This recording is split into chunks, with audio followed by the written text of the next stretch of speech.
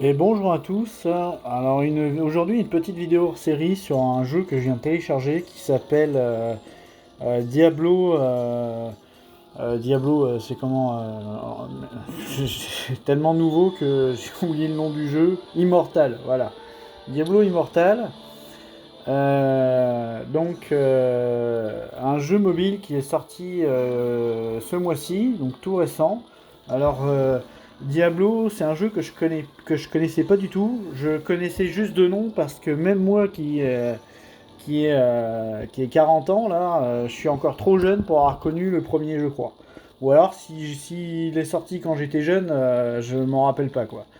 Donc c'est une licence qui est assez vieille, c'est un univers qui est assez riche je trouve plutôt intéressant comme jeu. Alors comme il vient de sortir, comme d'habitude pour les jeux mobiles, on met en avant le fait que c'est un pay to win, mais de toute façon aujourd'hui les jeux gratuits, ben, si vous voulez avoir les meilleures choses, faut les payer, et puis c'est comme ça.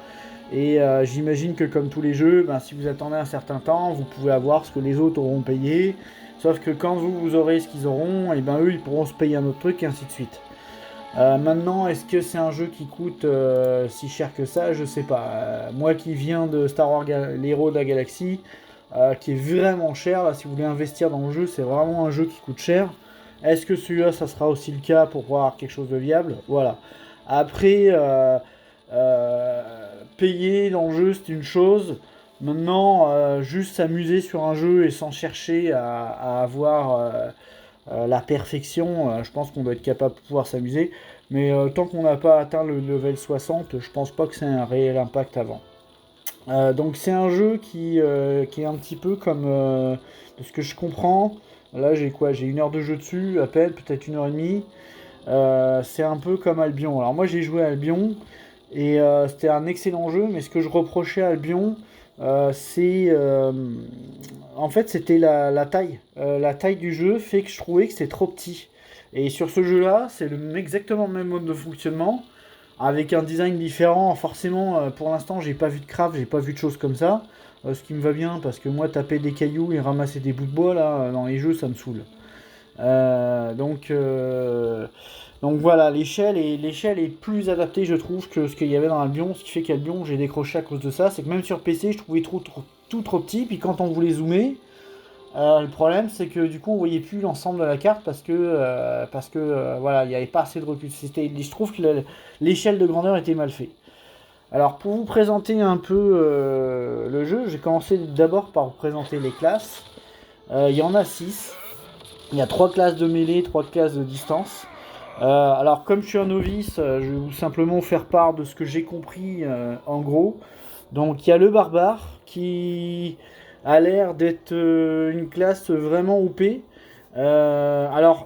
Pour moi, les classes, ce que je vais dire, c'est que c'est une impression en début de game. Parce qu'en fin de game, vous aurez des skills différents, vous aurez des compétences différentes. Et donc forcément, l'expérience de jeu change. Si on se base que sur l'expérience du début, c'est pas forcément révélateur. Mais de ce que je comprends, c'est que c'est la classe DPS la plus solide du jeu, une classe assez rapide et qui fait des gros dégâts, qui est assez résistant, qui est plutôt simple dans son utilisation, malgré le fait que comme dans tous les mémos, quand vous avez une classe de CAC, vous devez aller au contact. Et forcément, vous vous exposez. Mais comme c'est une classe qui a l'air d'être assez rapide, c'est plus facile à gérer. Ensuite, pour continuer, je vais rester d'abord sur les classes mêlées. Où est-ce qu'il est? Voilà, le croisé. Croisé, une classe qui m'intéressait, qui avait l'air sympa. Grosso modo, ils mettent mêlée hybride. Alors effectivement, c'est un énorme soutien. Mais pour moi, c'est ce qui va faire office de tank. Il y a des bonnes attaques d'AOE. Et surtout, il y a une compétence, c'est qu'il peut monter sur un cheval. Enfin bref, c'est peut-être la classe la plus rapide du jeu. C'est bizarre de se dire que c'est le guerrier en armure avec le gros bouclier qui est le plus rapide. Mais voilà, lui, ça a l'air d'être le tank, de ce que je comprends. Ceux qui ont déjà joué au jeu pourront peut-être me reprendre. Euh, il est bien pour pexer solo. Mais voilà, comme c'est pas le pur DPS, forcément ça ira moins vite que quand on prend une classe DPS. Mais voilà, c'est une classe qui buff les autres. Je pense que tous les groupes auront besoin d'un croisé systématiquement pour jouer au jeu, quoi. Je pense que ça va être à mon avis, là, si c'est comme tout le temps dans les MMO, ça va être la seule classe qu'il va falloir absolument à chaque fois pour pouvoir faire les donjons, parce que sans tank, ça va rester compliqué. Après, moi qui ai joué à Albion, on pouvait s'en sortir sans tank, mais sérieusement, dès qu'on atteint des zones un peu plus haut level, sans tank, c'est compliqué. Donc ça, c'est la deuxième classe de mêlée. La troisième, c'est le moine. Alors, c'est une classe DPS aussi. Lui a l'air beaucoup plus subtil dans ses mouvements. À mon avis, ça, c'est la classe, et quand elle est maîtrisée, c'est la classe, là, c'est les classes un peu comme les assassins, les trucs, là. C'est les classes infernales, quoi. Ça bouge dans tous les sens, ça se TP dans tous les sens. C'est infernal à gérer. Donc, quand c'est maîtrisé, c'est infernal à gérer. Donc ce qui veut dire que souvent quand c'est maîtrisé c'est les meilleures classes de DPS parce qu'en gros vous n'arrivez pas à le toucher, etc. Maintenant c'est aussi peut-être la classe la plus difficile à gérer dans le jeu, quoi, parce que il y a beaucoup, en fait ce que j'ai compris c'est qu'il y a une mécanique de combo, vous avez des enchaînements de coups à faire pour augmenter sa puissance, ce qui est très très fort, ce qui fait qu'il peut taper très très fort, mais à côté de ça s'il se fait contrôle, bah ça casse ses cycles et du coup sa puissance redescend. Donc ça veut dire que quand on arrive à faire ces trucs, ça va être la classe la plus pétée du jeu. Mais si on tombe contre un adversaire qui va savoir vous gérer, bah, vous n'allez pas faire grand chose, quoi. Donc c'est à double tranchant. Ensuite on va parler un petit peu des classes à distance. Alors le sorcier, de ce que je comprends, lui c'est à distance bien sûr, mais c'est que c'est beaucoup de sorts à cast. Donc quand vous castez, bah, vous êtes sur place. Moi qui ai joué un sorcier sur Albion, ben, quand vous castez et puis qu'il y a une AOE qui se prépare, que vous devez bouger en PvE par exemple, ou même en PvP, ben, vous devez casser votre truc si vous n'avez rien lancé. Et en plus de ça, ben, si jamais c'est des castes où vous ne pouvez pas bouger, ben, vous restez dans les flammes, etc. Admettons. Donc c'est pas toujours évident, c'est très puissant.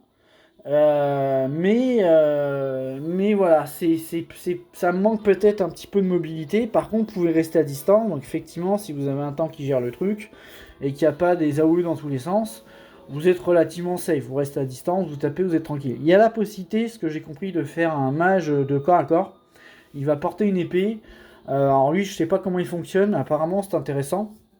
Alors il faut savoir que peu importe la classe que vous décidez de jouer dans le jeu avant de commencer, vous pourrez en cours de partie, alors je sais pas s'il faut atteindre le level 60, j'en sais rien, mais vous pourrez changer la classe. Si vous avez envie de refaire autre chose, vous pourrez reprendre un autre personnage, être directement niveau 60 et enfin en fait vous transformez votre personnage dans une autre classe.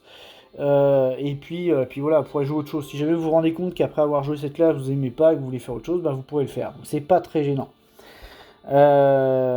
Juste pour revenir, donc Barbare, apparemment meilleure classe DPS du jeu. Comment ça s'appelle et concernant les distances, le meilleur DPS du jeu, ça serait a priori le nécromancien que. Non, c'est pas vrai, justement, c'est là où je veux en venir, c'est le chasseur de démons. Alors, à distance, c'est le plus gros DPS du jeu, surtout mono-cible. Donc il a la particularité, c'est que lui il peut bouger tout en tirant. Donc lui c'est assez simple de faire du TPS tout en bougeant parce qu'il n'y a pas de cast et tout. Donc il est assez mobile. Enfin il est très mobile en fait, c'est pas assez mobile, c'est qu'il est très mobile. Donc en PvE c'est vrai que ça va être pratique parce que vous n'allez pas être coincé à... Moi je vois, je vais parler tout de suite de ma classe. J'ai essayé de faire un nécromancien.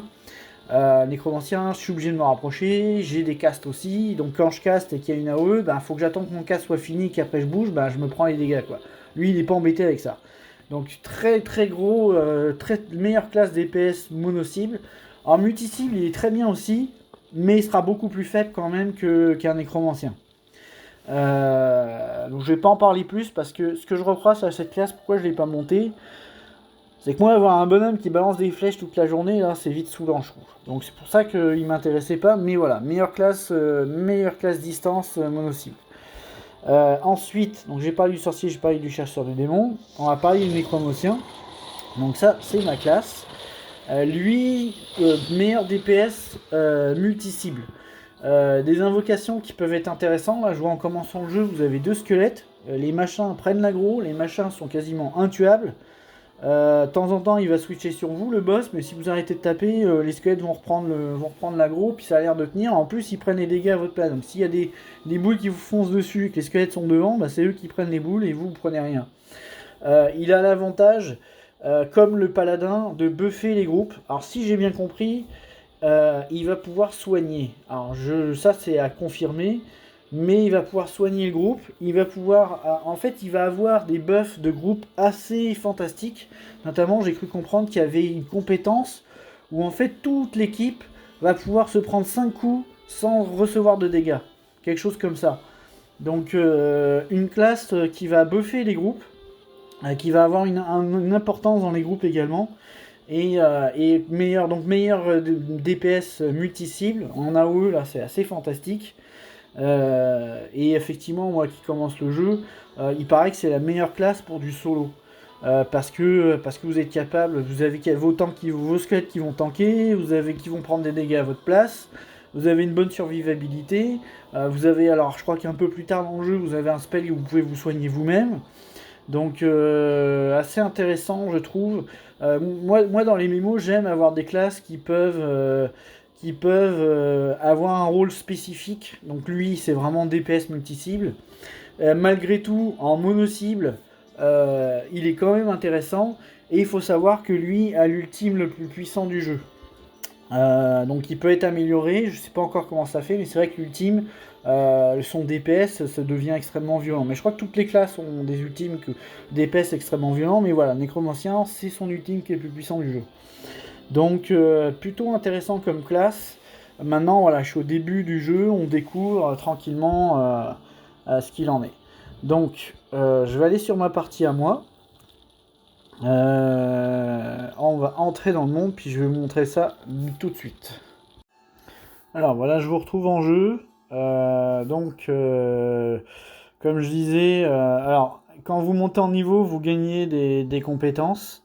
Pour ma part, j'ai gagné une nouvelle invocation qui est un mage squelette. Et forme spectrale qui me permet, je crois, de devenir invincible pendant un certain nombre de temps et d'augmenter ma vitesse. Par contre, je crois que je peux pas attaquer quand je suis sous cette forme-là. Un truc comme ça. Mon avis, c'est pour les Space 8, ça. Donc, le truc, c'est que quand vous débloquez des compétences, elles sont rang 1. Donc, vous n'avez pas besoin de les équiper pour monter de niveau. Donc, vaut mieux attendre qu'elles aient pris un peu de level avant de les équiper, même si vous venez de les débloquer. Alors là, je suis embêté parce que j'aurais voulu que... J'ai commencé le jeu avec Ruby, là, j'aurais voulu qu'il soit là pour faire la faille. Parce que ça a l'air d'être un drone, puis à mon avis, tout seul, c'est pas faisable, mais je vais quand même essayer. Je vais quand même essayer, et puis on va voir comment ça se passe. Si ce que je fais ça, ça fait... Ah, ok. Ok, je peux mettre des emblèmes pour gagner plus de compétences. Ok, parce que là, je découvre le jeu vraiment. Je sais pas ce que ça ferait si j'avais un... Bon, c'est pas grave. De toute façon, j'ai pas intention de mettre... Je sais pas si je mettrais de l'argent dans le jeu, mais quand on débute un jeu, on évite, quoi. Donc, ce que je vais faire, je vais mettre un peu le son du jeu. J'espère que ça sera pas gênant sur la vidéo, puis je vais arrêter le truc.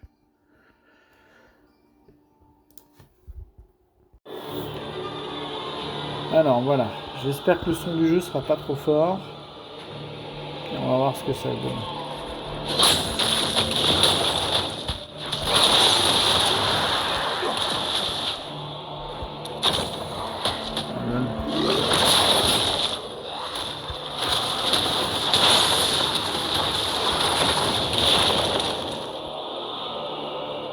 Il y a un coffre et il y a un monstre dedans.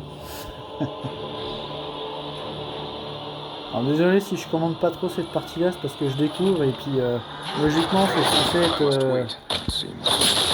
c'est censé être une instance pleine de groupe.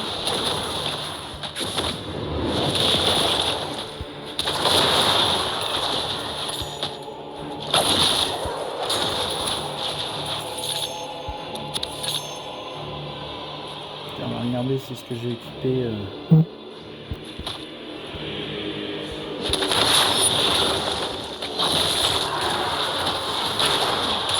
Alors la particularité que je trouve intéressante avec un écran en début de game, c'est que vous avez ces deux squelettes qui peuvent prendre l'aggro, Donc c'est pour ça qu'en solo c'est plutôt pas mal là. Excusez-moi, je fais une pause, là, je vais répondre. Donc je reprends avec vous, désolé pour cette interruption.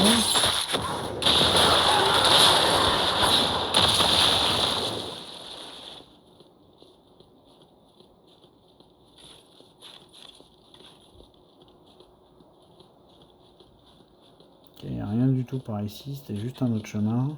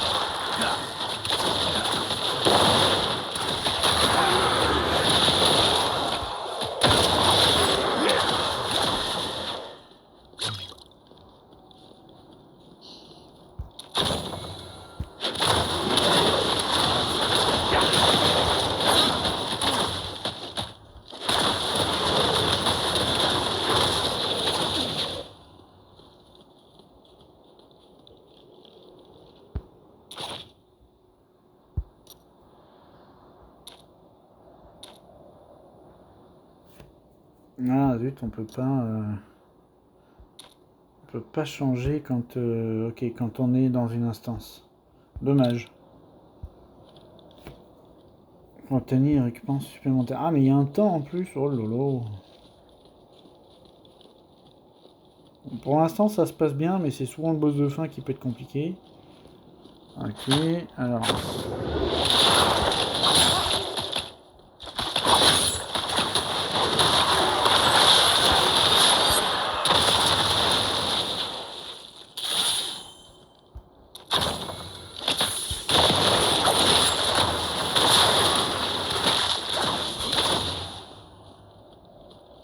Mais vraiment, le fait d'avoir ces deux squelettes, c'est vraiment pratique.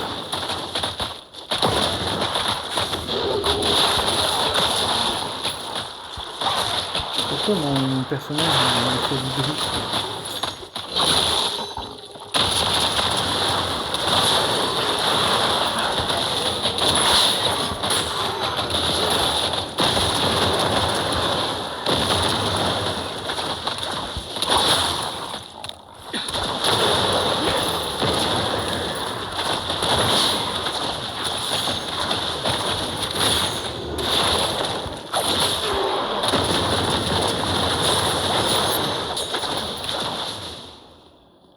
Death is inevitable.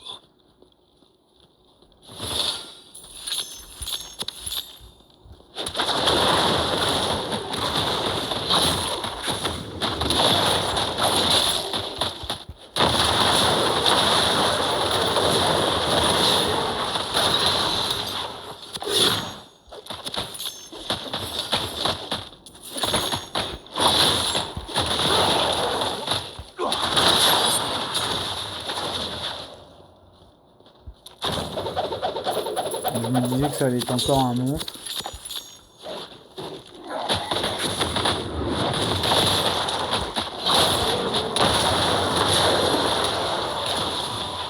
En fait, l'une des forces du nécromancien, là, c'est cette compétence d'explosion de cadavres, que quand il y a beaucoup de modes, vous les faites péter, puis chaque cadavre fait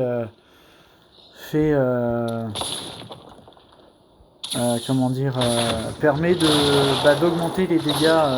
Enfin, chaque cadavre fait une explosion, donc si vous en avez beaucoup, ben, ça fait beaucoup de dégâts dans ce truc.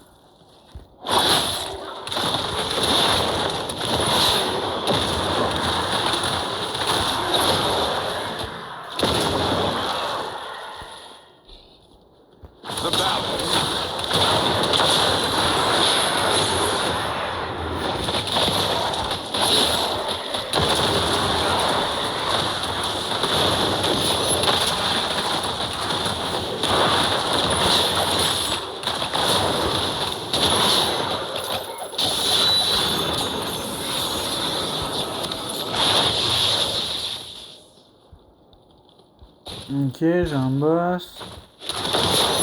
Allez, allez-y.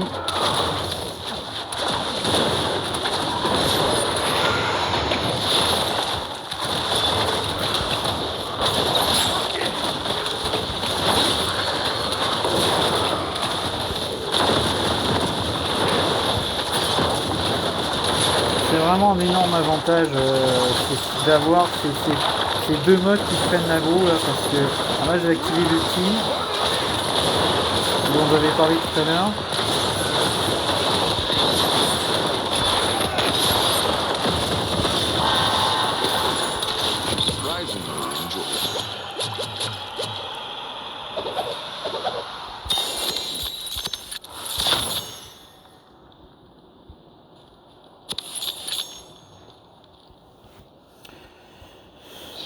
Alors, comme je suis encore dans la période tuto,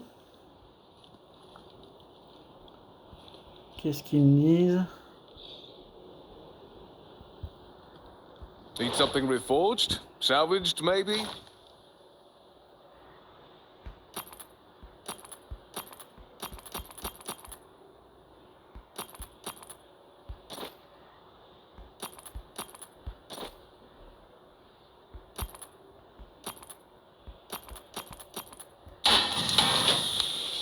A job well done.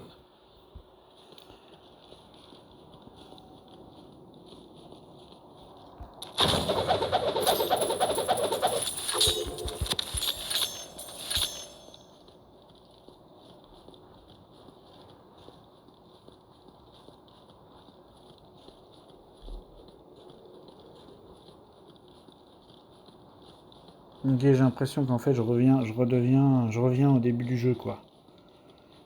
Donc alors, de toute façon cette vidéo va bientôt se terminer. Là, je vais aller faire mumuse avec comment ça s'appelle avec les compétences, voir ce que j'ai gagné tout ça. Je referai une vidéo, j'essaierai de refaire une vidéo mais en groupe pour voir un petit peu à quoi ça ressemble. En tout cas, le jeu est intéressant. Pour moi, c'est un petit jeu de détente pour le moment parce que j'ai pas encore besoin de payer quoi que ce soit pour faire quoi que ce soit. Donc à voir. En tout cas, j'aime vraiment cette classe du nécromancien parce qu'effectivement en solo c'est assez pratique. Je pense que le paladin doit être sympa aussi. De toute façon, je vais juste conclure là-dessus pour les classes. De ce que j'ai compris, c'est qu'il n'y a aucune mauvaise classe. Elles sont toutes bonnes. Elles peuvent toutes tout faire. On peut faire du solo avec toutes les classes sans problème. Donc il n'y a pas de problème de ce côté-là. Le jeu est plutôt bien fait. Il n'y a pas comme dans certains MMO des classes qui sont complètement boudées qui servent à rien. C'est juste qu'il y en a quelques-unes qui apportent des synergies. Donc je crois que le barbare en apporte, le paladin en apporte, le nécromancien en apporte, le sorcier en apporte. Il me semble que le barbare j'ai déjà dit. Il me semble que le moine aussi. En fait, il n'y a que l'archer de mémoire qui apporte rien. Et le sorcier qui apporte rien parce que ce sont censés être les classes de pur DPS. Donc voilà. Alors, je vais finir la vidéo ici. J'espère que cette petite introduction vous aura plu. Puis je vous dis à bientôt.